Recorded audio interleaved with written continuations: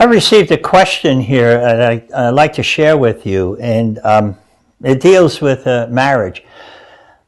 Let me read the question I was asked.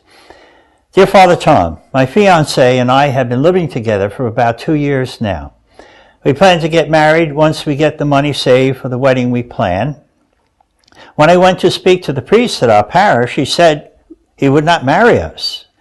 Outrageous, he said we are living in sin. I'm really mad. My fiancé and I are good people. We go to church every Sunday and we receive communion. We can't move to separate apartments because of the cost. Shouldn't the pastor consider these factors and give us a break? We want to be married in the church, but its demands are too steep. What should we do? Well, I'm always trying to be sympathetic to any individual who come for preparation for marriage. And it is a preparation.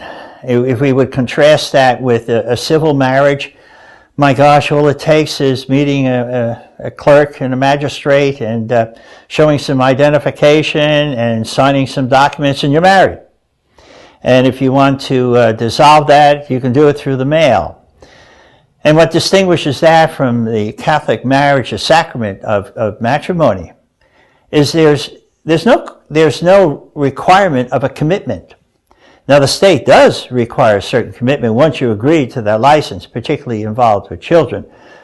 But by and large, there's little or no commitment involved. Now in this question, incipient in that question is a great deal of ignorance. Now, I wouldn't call that person ignorant. I would just simply say that he doesn't know the faith.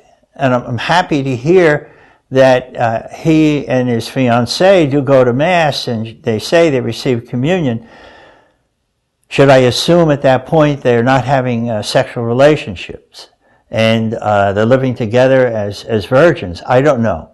I'd have to interview the person to understand all that. So I'm reluctant to make any judgment about the person themselves, as I should be. But generally speaking, when a person is preparing for the sacrament of matrimony in the Catholic Church, it requires at least 6 months advance notice and time spent in the preparation. I've spent as long as a year helping individuals deal with that. You might say, well, what's all the fuss about? The fuss is dealing with the most important thing, generally speaking, in a man and a woman's life. And at stake here is a commitment. For most people, the most important, arduous commitment they can make in their life with potentially the greatest rewards. And there's certain conditions involved in reception of the sacrament of matrimony. And that's what the interview with the priest would be all about. First, there is some general introductions to find out about their lives, sharing some facts, and then dealing with their own family, perhaps, and their circumstances. There where you begin to discover what their actual preparation for marriage is. And today, there's so poor preparation for marriage. Many young people today come from families which have experienced divorce and have little sense of what a successful marriage is about. And a successful marriage has not only a great deal of challenges, but a great deal of rewards. And usually they involve children, and yet we deal in a world of contraception and abortions. And how much is that flavored or disfavored the whole notion of what marriage consists of?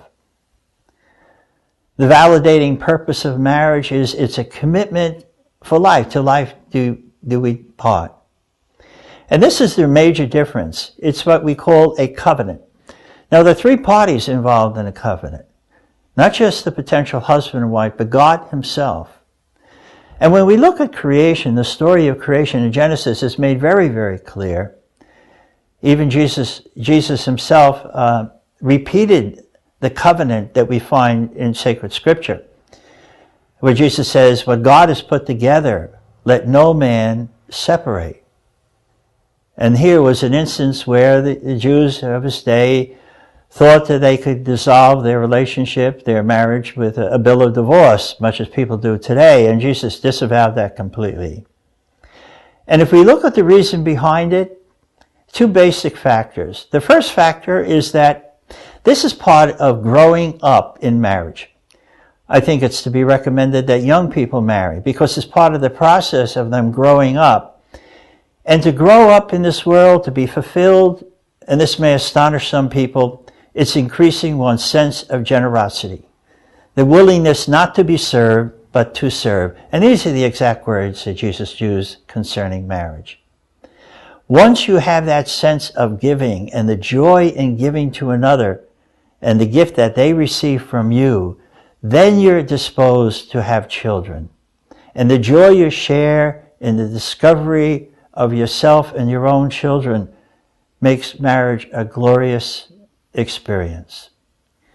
But when you experiment with it, playing house, for instance, thinking that, well, somehow we'll work out whether we appreciate being married or not. But actually, what's occurring is that you're instilling in yourself bad habits.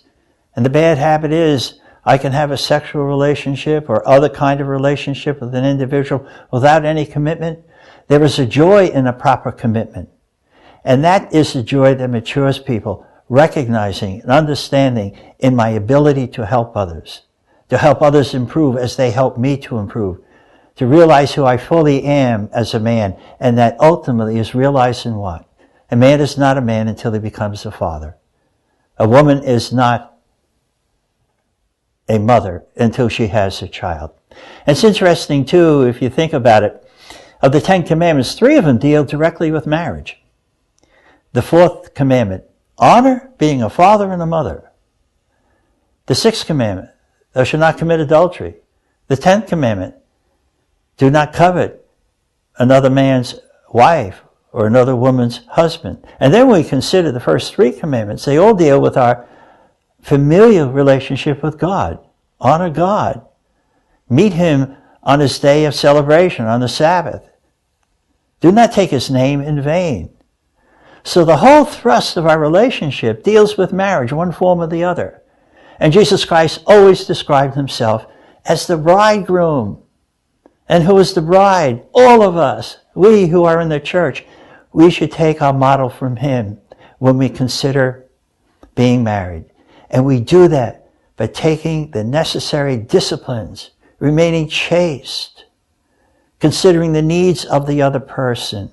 And if you have 2 people dealing in that sense, then you have the prospects of a good marriage. And hopefully any 2 individuals to come into church in preparation for the sacrament, along with the priest, they can begin to appreciate the joy and the sacrifice in this wonderful sacrament of marriage. You know, one of the reasons why I became a priest is that I could be a father of a different sort.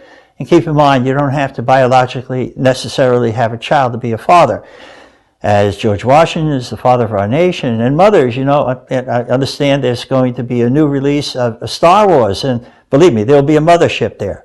Everything is relational. And so marriage is the discovery of our relationship, our deep relationship of ourselves with others. And that is the great joy we offer in the church in the sacrament of matrimony.